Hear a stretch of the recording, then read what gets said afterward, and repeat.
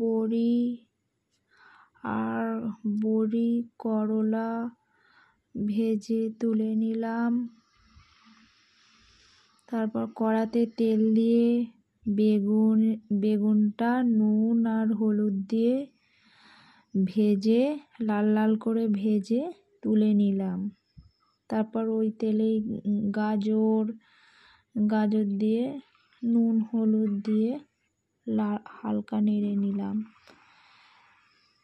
তারপর আলুটাকে ভালো করে হালকা করে তেলেতে লাল লাল করে ভাজা করে তুলে নেব।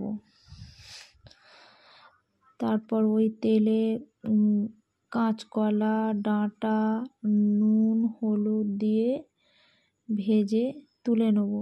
তারপর সমস্ত রকম সবজি গাজর কাঁচকলা ডাঁটা দিয়ে একটু আদা দিয়ে সেদ্ধ করে নিলাম। তারপর সেদ্ধ করে নেওয়ার পর আবার কড়াতে তেল দিয়ে তেজপাতা শুকনো লঙ্কা কালো জিরে 5 ফোড়ন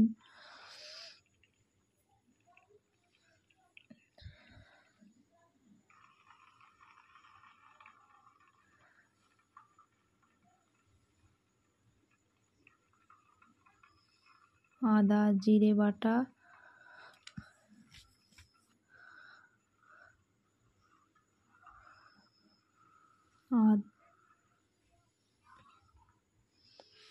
হলুদ দিলাম,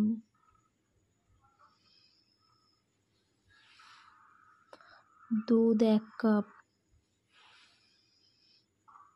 ঢেলে মশলাটাকে কষিয়ে নিলাম। তারপর ওই সেদ্ধ করা আনাজগুলো দিয়ে একটু কষিয়ে নেব। একটু কষানো হয়ে গেলে পোস্ত বাটা দিয়েছি। পোস্ত বাটা দিয়ে একটু ভালো করে কষিয়ে নেব। কষিয়ে নেওয়ার পর জল ঢেলে দেবো।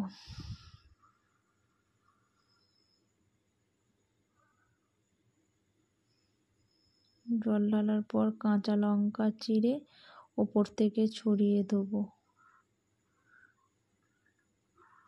1 চামচ চিনি, নামাবার সময় গরম মশলা